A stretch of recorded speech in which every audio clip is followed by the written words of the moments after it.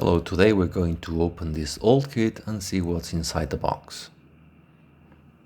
After a short review of this first video, we are going to build this U-47 by Revell.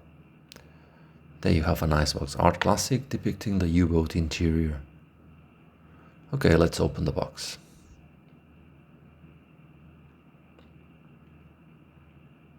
No plastic bags. This is a really old kit. Oops, a little bit. That's why plastic bag protection is useful. You have to be careful. This looks like a time capsule. Is it a calf? No, it's a U-boat coming to this crazy world. Let's save this bit for later. I don't want to lose it. Fine, the first thing that you can appreciate is that this is a fairly long kit. Look at this, nice quality plastic and overall absence of flash. It looks pretty good for an old kit.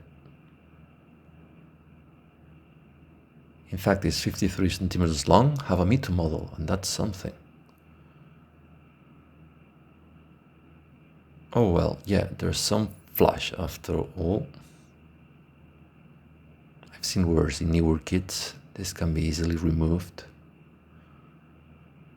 Not that bad after all.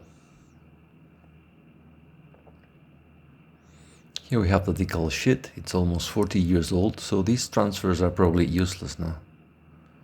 Okay, let's get the instruction sheet. Wow, it looks like a 200-year-old parchment. Look here, 1988, that's a pretty old one, right from Jurassic Park. There you have the instructions. It looks like a straight enough simple build. Who knows, maybe following these instructions we may end up discovering a new hidden tomb in Egypt. That would be cool. Tutankamon and his old U-boat. Right, let's get to it.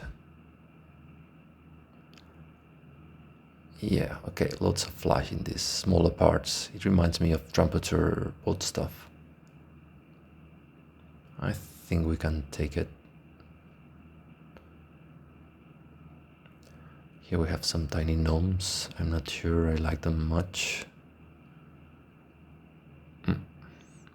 Wow, this is awful. Definitely not today's standards.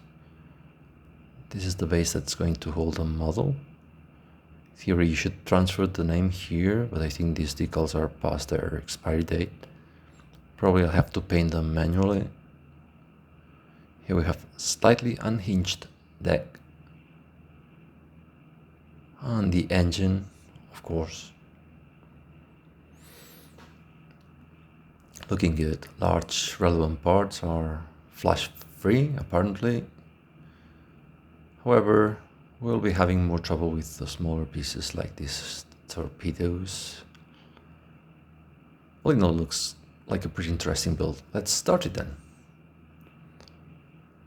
We start building interior, adding some panels and torpedoes. You keep adding engine and different compartments. Here you have more details. It has a pretty sharp design. However, some enormous gaps have to be filled with putty. Gaps have to be dealt with all around the hull. Fittings are a bit rudimentary here.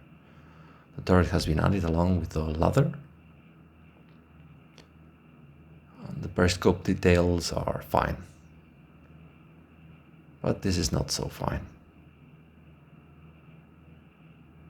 It requires some careful filing work.